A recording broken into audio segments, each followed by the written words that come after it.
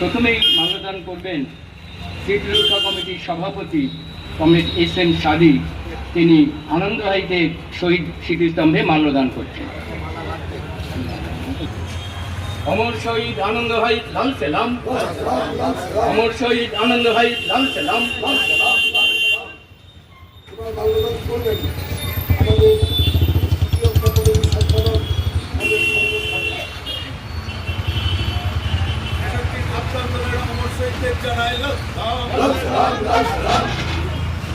আনন্দহাইতে পরিবারের পক্ষে তার ভাইটি পিঙ্কি হাইট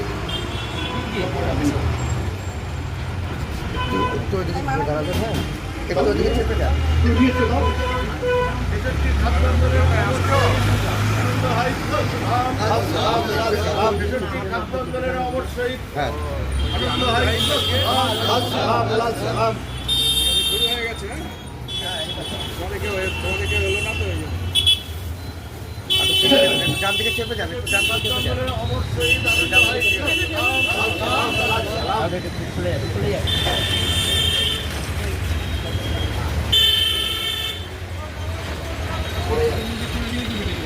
আমাদের জেলার প্রবীণ বামপন্থী নেতা কমরেড ডক্টর কমরেড কমল দত্ত। জেলার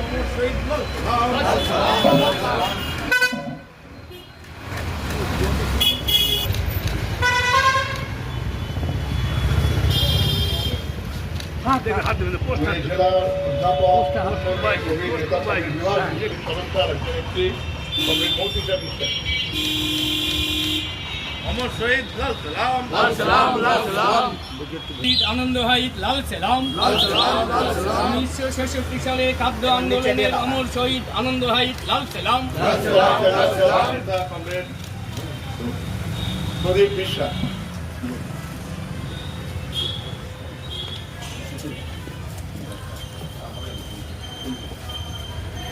যুব সংগঠনের নেতৃত্ব কমরেড মশিকুর রহমান, নেতা কমরেড যুবকর বিশ্বাস। অমর শহীদ লাল সালাম, জেলার ইউনিয়নের গরিব নেতা কমরেড মানিক পাল।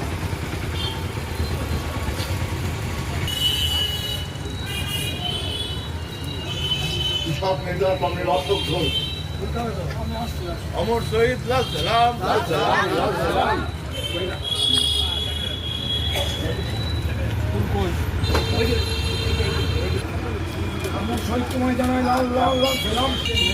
অমর শহীদ অমর রহে, অমর রয়ে, অমর রয়ে।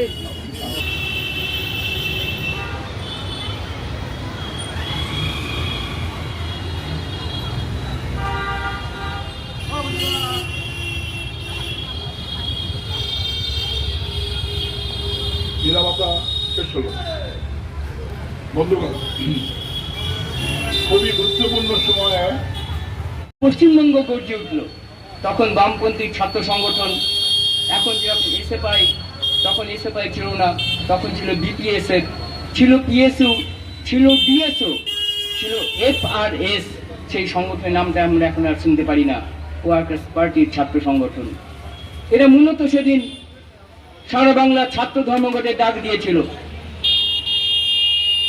খাদ্যের দাবিতে, কেরোসিন তেলের দাবিতে, মূলত এই দুটো দাবি, খাদ্য চাই, কেরোসিন তেল চাই, দাবিতে 4 মার্চের ছাত্র ধর্মঘট। কৃষ্ণনগরের সমস্ত স্কুলে ছাত্ররা এসছে। আমার একটা কথা মনে পড়ে যায়, এখন যদি আমরা কোনোদিন ধর্মঘটের ডাক দিই, ছাত্ররা স্কুলে আসে না, বাড়ির মা বাবা স্কুলে পাঠায় না।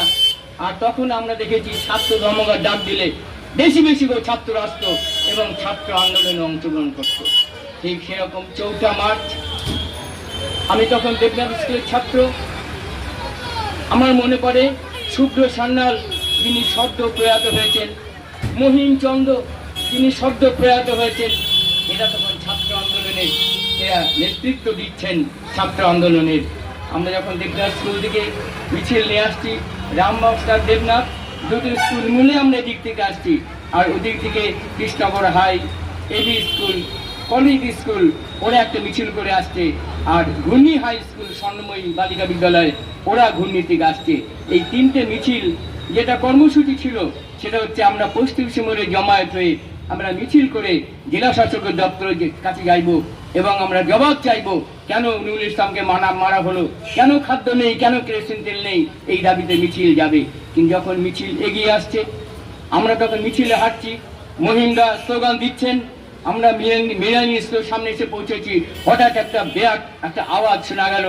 আমরা দেখলাম যে অনেকেই তার নাম এখন শুনবেন, নৃসিংহপ্রসাদ সরকার। তিনি কংগ্রেস করতেন, পরবর্তীতে বাংলা কংগ্রেস হয়েছিলেন, ঠিক এইখানেই তার বাড়ি, সিনাদা বলে সবাই কৃষ্ণনগরে চেনে। তিনি আমাদের এরকম দাঁড় করে দিলেন, আমাদের এই মোড়ে আসতে দিলেন না, তার বাড়ির ভেতর ঢুকিয়ে দিলেন। আমরা সেখানে 4টে পর্যন্ত সেই বাড়িতে ছিলাম। তারপর আমার দেবনা স্কুলের মাস্টারমশাই প্রণব বাবু, তিনি সেই বাড়িতে পৌঁছালেন এবং আমাদের বাড়ি পৌঁছে দিলেন। বাড়িতে পৌঁছে মায়ের চোখের জল দেখেছিলাম। পেটে খাদ্য নেই, আহার নেই, দুর্বার আন্দোলন করে উঠল। পরের দিন 5ই মার্চ আবার আন্দোলন। হাসপাতাল মোড়ে যুবকরা বুকের জামা খুলে বললো, কত গুলি আছে চালাও। ওই বয় চ্যাটার্জির বাড়ি, এখন যেটা সিওমিনিট অফিস, সেখানে পিচের ড্রাম ছিল, সেই ড্রাম এগিয়ে নিয়ে ছাত্ররা এগিয়ে চলেছে, পুলিশ তাড়া করছে, ছাত্ররাও এগিয়ে চলেছে। ওখানে আবার গুলি। হরি বিশ্বাস লুকিয়ে পড়লেন। আর শক্তিনগরে ওই একই দিনে যখন খাদ্যের দাবিতে আন্দোলন করতে আসছে, তখন শক্তিনগর হাই স্কুলে 9ম শ্রেণীর ছাত্র অর্জুন ঘোষ, তাকে গুলিবিদ্ধ করা হলো। গোটা কৃষ্ণনগর গর্জে উঠল। বসিরহাট থেকে কৃষ্ণনগর, গোটা রাজ্যে ছাত্র আন্দোলনের উত্তাল ঢেউ, যে ঢেউ গোটা রাজ্যের সরকারকে পরিবর্তন করে দেয়। যে সরকার ছাত্রদের কেরোসিন তেল দেয়নি, খাবার দেয়নি দেশের মানুষকে, রাজ্যের মানুষকে, তৎকালীন যে কংগ্রেস সরকার, স্বাধীনতার পর থেকে যে সরকার দিল্লিতে এবং রাজ্যে ছিল, যারা মনে করত যে তারাই থাকবে, তারা অজেয়, কিন্তু ছাত্র আন্দোলনের ঢেউ তার ভিতকে দাঁড়িয়ে দেয়। ছাত্র আন্দোলনের 66 যে খাদ্য আন্দোলন, তার কিছু স্মৃতিচারণা আমাদের সম্পাদক, শহরে বর্ষিয়ার মনপন্থী নেতা, ছাত্র নেতা, কংগ্রেস শঙ্কর সরকারের মুখ থেকে আপনারা শুনেছেন, কিছু নামের কথা শুনেছেন। আমরা এখানে ইতিহাসের কোন আনুপূর্বিক বিবরণ দেওয়ার জন্য স্মরণ সভার আয়োজন আমরা করিনি।